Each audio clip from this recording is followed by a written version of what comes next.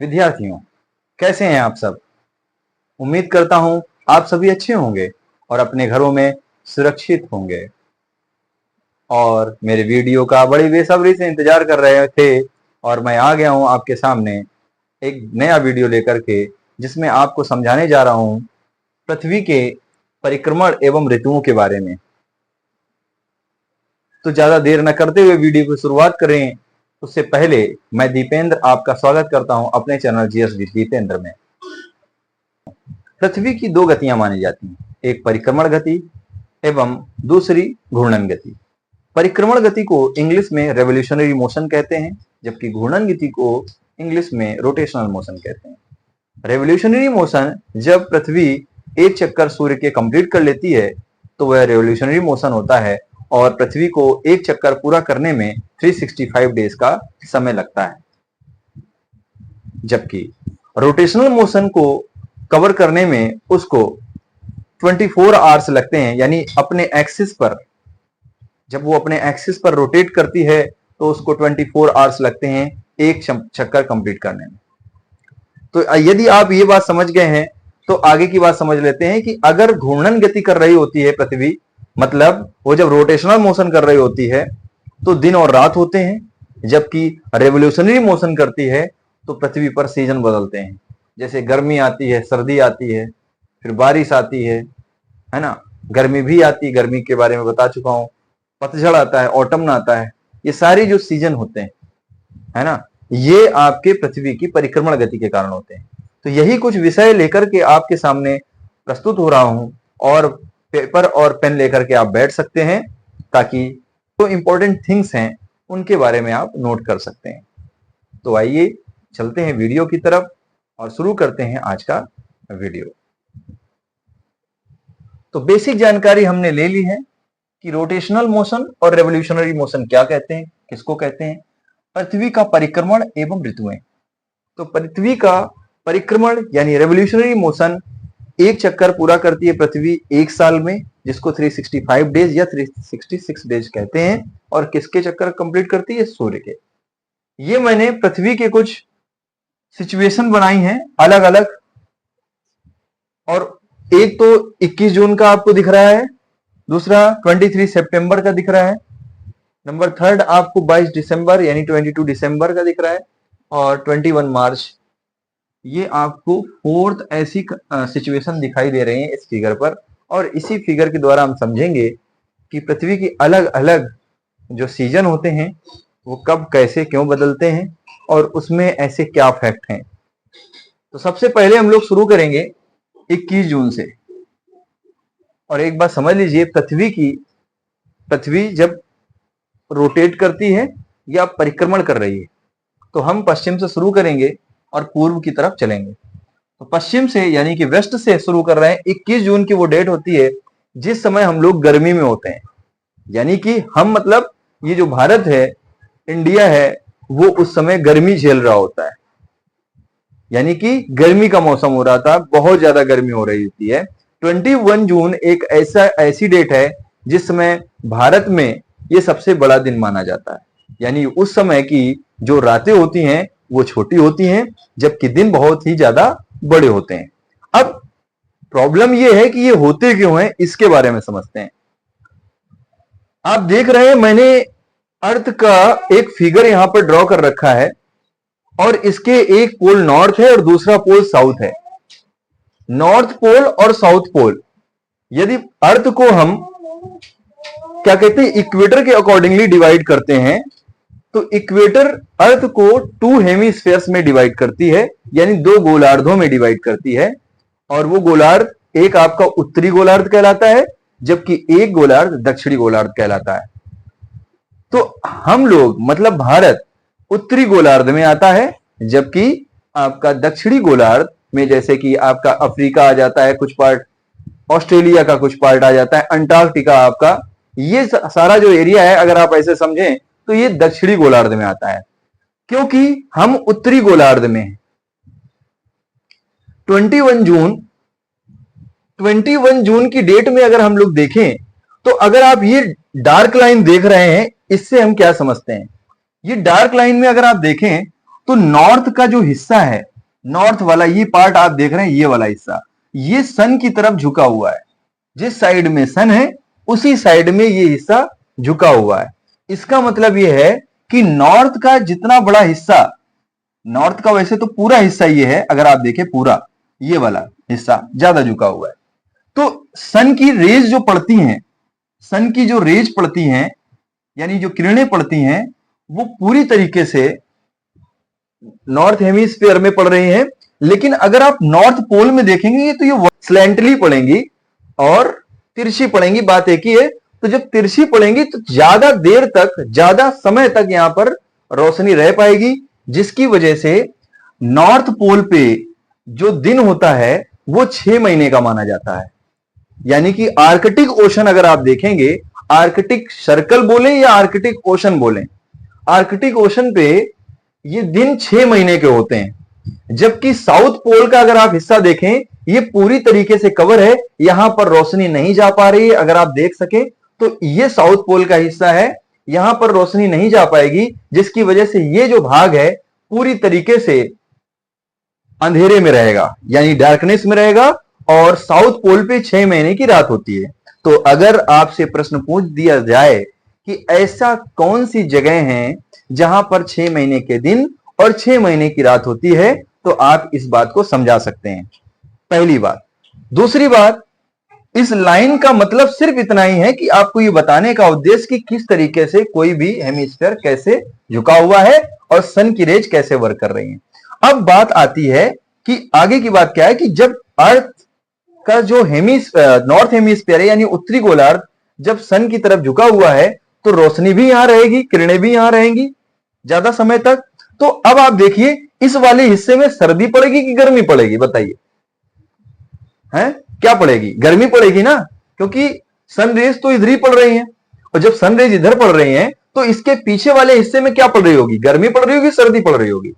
यानी कि आप समझ सकते हैं कि आगे वाला हिस्सा जो सन की तरफ है उसमें उस समय गर्मियां पड़ रही होंगी, यानी ग्रीष्म ऋतु होगी, जबकि पीछे वाले हिस्से में शीत ऋतु होगी। पहली बात। दूसरी बात यह कि जिस हिस्से में रोशनी पड़ रही है उस समय जब ग्रीष्म ऋतु होती हैं तो ग्रीष्म ऋतुओं में जो आपके दिन होते हैं वो बड़े होते हैं कंपेयर टू नाइट, यानी रातों। तो रातें छोटी होती हैं और दिन बड़े होते हैं। क्लियर है बात? इसी विशेष कारण को हम क्या कहते हैं? उत्तरी अयनांत कहते हैं। क्या कहते हैं? उत्तरी अयनांत। क्लियर होगी बात? उत्तरी अयनांत। तो अगर आप इसको ऐसे ही बोल सकते हैं, इंग्लिश में समर सोल्स्टिस कहते हैं। क्या कहते हैं? Number 1 summer solstice. इंग्लिश में इस प्रोसीजर को या इस घटना को हम समर सोल्स्टिस कहते हैं। सोल्स्टिस। क्लियर होगी बात? और यह घटना कब होती है? 21 जून को होती है। 21 जून को जो डेट है उस समय यह घटना हो रही होती है। दक्षिणी गोलार्ध में शीत ऋतु पड़ रही होती है, जबकि उत्तरी गोलार्ध में ग्रीष्म ऋतु हो रही होती है। क्लियर? नेक्स्ट में अगर आप देखें तो हमारा 23 सितंबर आ रहा है, लेकिन हम नेक्स्ट ऐसे नहीं समझेंगे, हम इसकी विपरीत स्थिति को समझेंगे। अगर आप 21 जून की स्थिति में देख रहे हैं, जिस समय उत्तरी गोलार्ध में ग्रीष्म ऋतु पड़ रही है और दक्षिणी गोलार्ध में शीत ऋतु पड़ रही है, उसका जस्ट अपोजिट आप 22 दिसंबर में देखेंगे। 22 दिसंबर की जो डेट है उसमें अर्थ का एक ऐसा हिस्सा जो साउथ हेमिस्फीयर कहलाता है, जिसको दक्षिणी गोलार्ध कहते हैं, अब आप देखेंगे वो हिस्सा सन की तरफ झुका हुआ है और उत्तरी गोलार्ध किधर झुका हुआ है? वो स्पेस की तरफ है। कहने का मतलब है वहां सन की रेज नहीं पहुंच पा रही हैं। तो इसके विपरीत स्थितियां होंगी। कंडीशन वही है लेकिन स्थितियां विपरीत होंगी। अब उत्तरी गोलार्ध में सर्दियां पड़ रही होंगी और दक्षिणी गोलार्ध में गर्मियां पड़ रही होंगी। क्यों? क्योंकि सन की जो रेज है वो बिल्कुल दक्षिणी गोलार्ध पर वर्टिकली पड़ रही होंगी और पोल्स पर स्लैंटली पड़ रही होंगी। अब आप देखें, जो कंडीशन नॉर्थ पोल पर थी, नॉर्थ पोल पर अगर आपने यहां देखा होगा तो मैंने बताया था 6 महीने के दिन होते हैं। अब देखिए 6 महीने की यहां रातें हो जाएंगी। क्लियर है ना? 6 महीने की रातें हो जाएंगी, जबकि साउथ पोल पर 6 महीने का दिन हो जाएगा। ठीक है, एक तो बात ये हो गई। दूसरी बात यह है ग्रीष्म ऋतु में मैंने बताया था, अब यहां पर ऋतुएं क्या होंगी, यानी सीजन कौन सा होगा, इस वाले भाग में गर्मियां पड़ रही होंगी, जबकि पीछे वाले हिस्से में यानी उत्तरी गोलार्ध में सर्दियां पड़ रही होंगी। तो दक्षिणी गोलार्ध में क्योंकि गर्मी है तो यहां दिन कैसे होंगे, इसका आप आंसर कमेंट बॉक्स पे राइट करके दे सकते हैं कि 22 दिसंबर के टाइम पे जब सन की तरफ अर्थ झुकी हुई होती है और वो हिस्सा दक्षिणी गोलार्ध जो झुका होता है, उस समय सीजन गर्मियों का पड़ रहा है, तो उस समय के जो डेज हैं उनकी स्थिति क्या होती है, यानी वो कितने बड़े होते हैं कितने छोटे होते हैं, ये आप बता सकते हैं। ठीक है, तो अब आप समझ सकते हैं इस कंडीशन को हम क्या कहेंगे, इस कंडीशन को हम कहते हैं दक्षिणी अयनांत। दक्षिणी अयनांत, मैंने एक बात इसमें नहीं बताई है, क्यों कहते हैं दक्षिणी अयनांत, वो आपको राइट करके देना पड़ेगा, क्योंकि जस्ट मैंने पहले ही बताया अभी। तो रातें छोटी होती हैं, ठीक है। अच्छा, उत्तरी गोलार्ध में शीत ऋतु हो रही होती है, जबकि दक्षिणी गोलार्ध में ग्रीष्म ऋतु हो रही होती है। तो अभी तक हम लोगों ने ये समझा कि 21 जून को दक्षिणी गोलार्ध में शीत ऋतु हो रही होती है, जबकि 22 दिसंबर में दक्षिणी गोलार्ध में ग्रीष्म ऋतु हो रही होती है। ठीक है, आगे की बात करते हैं। आगे की बात करते हैं 21 मार्च एंड 23 सितंबर। अगर आप फिगर को देख रहे हैं बहुत ही अच्छी तरीके से, तो आप ये समझ पा रहे होंगे कि क्या दोनों जो फिगर हैं उनका कोई भी हिस्सा क्या सन की तरफ झुका हुआ है, कोई भी हिस्सा क्या सन की तरफ झुका हुआ है, नहीं, क्योंकि आप देखें दोनों ही हिस्से सन की तरफ झुके हुए नहीं हैं। तो इस कंडीशन में जब अर्थ का कोई भी हिस्सा सन की तरफ नहीं झुका हुआ होता है, उस समय यह माना जाता है कि उस समय की जो दिन और रातें बराबर होती हैं, यानी 12-12 घंटे की दिन और रात होते हैं। तो इस घटना को हम क्या कहते हैं, विषुव कहते हैं। क्या कहते हैं, विषुव। अब विषुव क्या है, देखिए ये अगर 23 सितंबर की घटना को बोले तो ये आपका ऑटम्न इक्विनॉक्स होगा, ऑटम्न इक्विनॉक्स, ऑटम्न इक्विनॉक्स।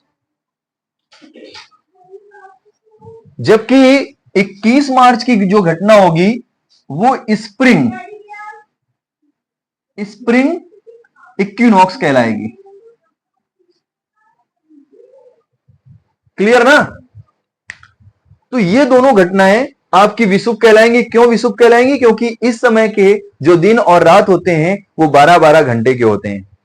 क्लियरली आपको ये समझ में आ गया होगा क्या कि पृथ्वी की रेवोल्यूशनरी मोशन की वजह से उसमें आने वाले जो सीजन होते हैं वो किस प्रकार बदलते हैं और उनमें क्या क्या ऐसी घटनाएं होती हैं, ये बात समझ गए।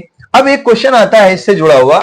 अच्छा, एक चीज ये नहीं बताई, दक्षिणी अयनांत को क्या कहते हैं, दक्षिणी अयनांत को हम लोग क्या कहते हैं, आप बता सकते हैं। विंटर सोलिस्टिस कहते हैं। क्या कहते हैं, विंटर सोलिस्टिस। ठीक है, इंग्लिश में ये कहते हैं। अच्छा, ये बात होगी। थर्ड नंबर की जो बात है, पेरीहिलियन। पेरीहिलियन क्या होता है, और नंबर 4 आपका, नंबर 4 एफिलियन।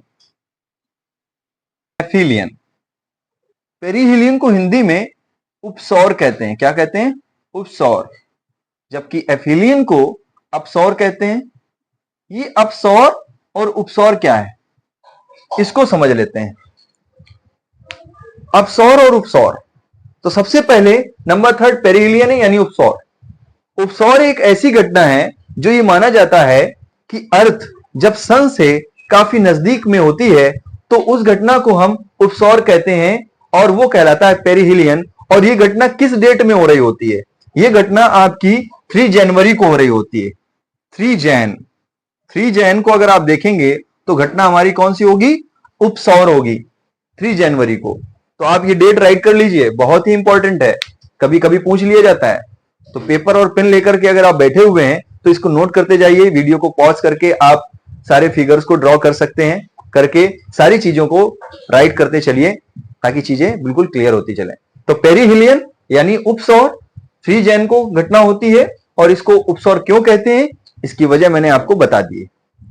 नंबर 4 एफिलियन। अपसौर क्या होता है? अपसौर एक ऐसी स्थिति है जो कि अर्थ को सूर्य से काफी डिस्टेंस पर रखती है। यानी यूं हम कह सकते हैं कि जब अर्थ सन से काफी डिस्टेंस पे होती है, यानी बहुत दूरी पर होती है, तो यह घटना एफिलियन होती है, यानी अपसौर कहते हैं। और यह घटना आपकी 4 जुलाई को होती है। कब होती है? 4 जुलाई को। तो अपसौर की घटना 4 जुलाई को होती है। 4 जुलाई, ठीक है। तो इस वीडियो का जो उद्देश्य था वो क्लियर हो गया। जो मैं आपको बताना चाह रहा था इस वीडियो में, आपको वो सारी घटनाएं मैंने बता दी हैं जो परीक्षा के लिहाज से इस टॉपिक से पूछी जाती हैं। आपको किसी भी टॉपिक में अगर कोई बात सही से नहीं समझ में आती है तो कमेंट बॉक्स में राइट करके बता सकते हैं। मेरे द्वारा बताई गई जानकारी आपको सही लगती है, समझ में आती है तो वीडियो को लाइक करें, शेयर करें अपने दोस्तों के साथ में, और मेरे चैनल पर आने वाले जो नए लोग हैं वो सब्सक्राइब भी करें। अब मिलेंगे किसी नए वीडियो के साथ में, तब तक के लिए जय हिंद, जय भारत।